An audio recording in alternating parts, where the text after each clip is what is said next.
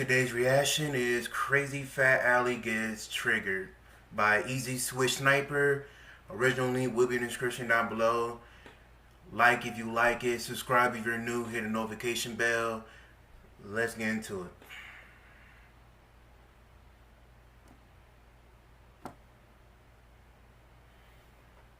What's up, everyone? So, what was I gonna say? Oh yeah, I've been getting a ton of emails recently, so I just want to thank you guys for the support. I think I'm gonna set a day where I just sit for like 12 hours and respond to every email I haven't responded to yet. And I've been seeing comments asking me to do a Q&A. If I ever get to like 400 to 500,000 subscribers, I will make a video answering all of your questions. So if or when I hit that number, there should be a Q&A video. Okay, so today we're gonna be taking a look at the fat acceptance movement. We'll put heavy quotes on the movement part. Now, if you have a medical condition which causes weight problems, then you get a pass. If you are fat and are working out and are actively trying to change your lifestyle to reduce your weight, then you get a pass as well. But you see, I live in America. Sometimes it feels like I'm living underwater because whatever store I go to, it feels like I'm constantly surrounded by the gigantic mammals of the ocean. I go to a food court and I see a 400-pound person chowing down on an extra large slice of pizza. There is an obesity problem here in the United States. Actually, problem isn't even the right word. 40% of Americans are obese, which brings us to two individuals that we'll be taking a look at today. These people will teach us how to be fat allies. So if you don't know what the hell that means, I mean, I don't know either, but let's just take a look what they have to say, and hopefully at the end of this video, we become fat allies. If you want to be a great ally to fat people, here are some things you can do. When you go to the doctor, encourage them to do the following things. Eliminate any weight or BMI cutoff policies. We need to understand that health insurance companies care about making money. They're a corporation and not a charity. So from their perspective, if you're obese, then statistically speaking, there is a higher chance that you're going to be pretty much living in the hospital and sucking their money dry. So for a health insurance company to increase an obese person's health insurance cost or just flat out deny them any coverage is understandable. They're not here to give you free handouts because you chose to stock your pantry with Oreo cookies. Companies care about profits. We would need to completely change the way healthcare works in this country. I can't just go up to my doctor and ask him to cut off any weight or BMI policies because then he would diagnose me with delusion and insanity and send me to a psychiatrist. By her logic, people who smoke cigarettes should also have their insurance costs lowered because smokers have to pay quite a lot of money for insurance as well, but I don't see her or any smoker allies on TikTok making these sorts of idiotic videos. Stop using the BMI completely because it is ineffective and racist. The BMI, which is a number, is now racist. Just sit there and think about that for a second. A number is racist. I'm starting to believe that this woman doesn't understand what the hell racism actually means. Nope. Okay, seems like people are so bored they would just come up with any type of stuff to just put on the internet. Golly, I know the coronavirus, how y'all going crazy with the whole isolation and stuff, but Jesus, y'all are really that bored that you gotta put this kind of stuff out in the world? Christ. Numbers are now racist in 2021.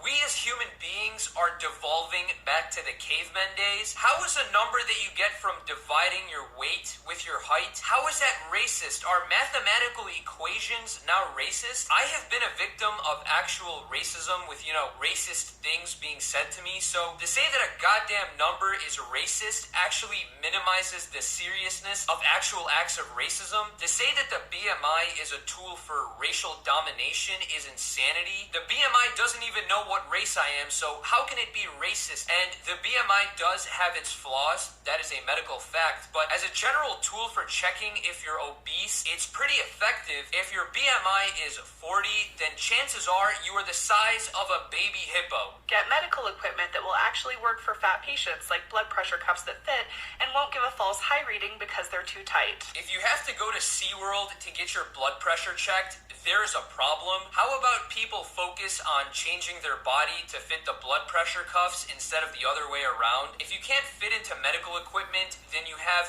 bigger problems, no pun intended, the blame is always on someone else. It's not their fault that their arm could feed an entire village for 2 weeks. It's the doctor's fault for not spending money to buy specialized equipment for them. I think doctors have blood pressure cuffs that go up to like an XL or a double XL. So if you can't fit your arm in a double XL cuff, then I don't know what to say. You might have to go to a doctor who works at the zoo to get your blood pressure checked. Set up their office in a way that makes it usable for fat people, like putting chairs without arms in every room. So again, it is the doctor's fault for not having office spaces that can accommodate everyone. If you can't fit into a chair, how the hell are you fitting through the door? Well shit, we might have to reconstruct every doctor's office in this country. You have to be so massive that not even Dora the Explorer can navigate herself around you. By this logic, car companies must not be fat allies because they don't design cars that can accommodate people who are about as heavy as a dwarf planet. I think we have to redesign civilization itself. If you can't fit in a chair, how are you even driving yourself to the doctor's office? Like, are you getting transported in a heavy-duty 16-wheeler truck? When you go to a clothing store, tell them to expand their size range.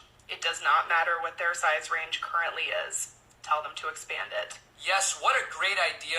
Let me just go into a store and ask the cashier to expand the size range that they offer. The cashier who's making minimum wage, spending every day wondering how they're going to pay off their rent or college tuition, is going to care enough about my request to magically snap their fingers and create clothes that are about as wide as a fishing net. I can't just walk into a store demanding employees to make quadruple XL clothing. That's not their job, and it's also not their problem. There are several stores out there where you can shop for plus-sized clothing. It's not like alternative options don't exist. If I can't find something at a store that I like, I usually go to a different store rather than throw a temper tantrum like a child. If you work in education, get in touch with the health and PE departments. Ask them if they have anything in their curriculum that involves students weighing themselves, counting calories, or using the BMI in any capacity. We should teach children not to care about their weight because, my feelings are hurt. This is a perfect way of enabling children to eat whatever they want. When they get older, it becomes a lot more difficult to break that lifestyle they've been following since they were a child. And the obesity epidemic that our country is facing will never get solved, all because we need to give safe spaces for our children instead of teaching them the harsh reality of life. Their feelings are more important than their health, apparently. I'm not saying kids should be eating carrots all day like Bugs Bunny, but I'm sure these kids would be appreciative of society when they grow up and aren't built like a jar of jello. Now, I used to be fat when I was a kid. I used to get made fun of all the time. If it wasn't for the adults around me, like my parents, doctors, my PE teacher, I wouldn't have made a conscious effort to reduce my weight. It's definitely not right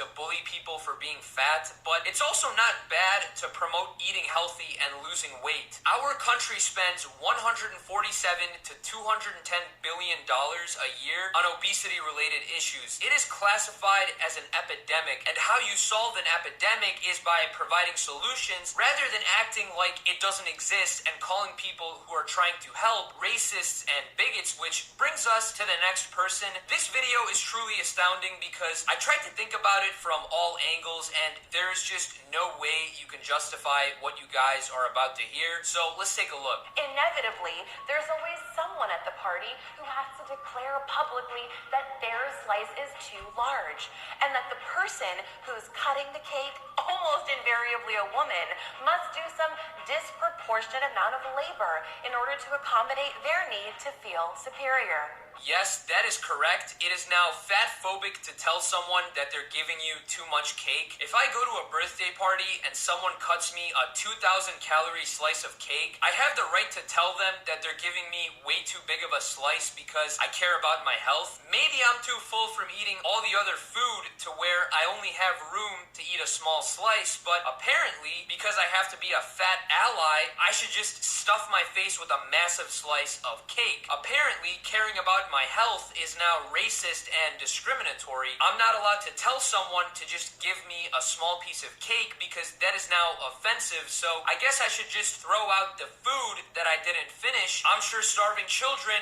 across the world would be excited to see that. If this is how society is in 2021, I can't imagine what things are going to look like 20 years from now. Everything is racist. Everything is offensive. We're trending to the point where we're not allowed to even talk because someone somewhere will get their feelings hurt. Reality is a harsh pill to swallow. So with that being said, if you haven't already, follow me on Twitter, follow me on Twitch, and of course, please do hit the like button and subscribe. The goal is to hit 300,000 subscribers by, I don't know, March or something. Let's set that as the goal. So yeah, with that being said, I hope you guys have a great rest of your day. I'll see you guys in the next video. Peace.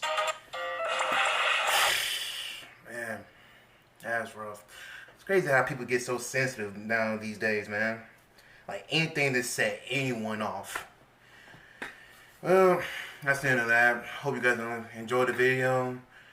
I'll see you all next time. Be breezy.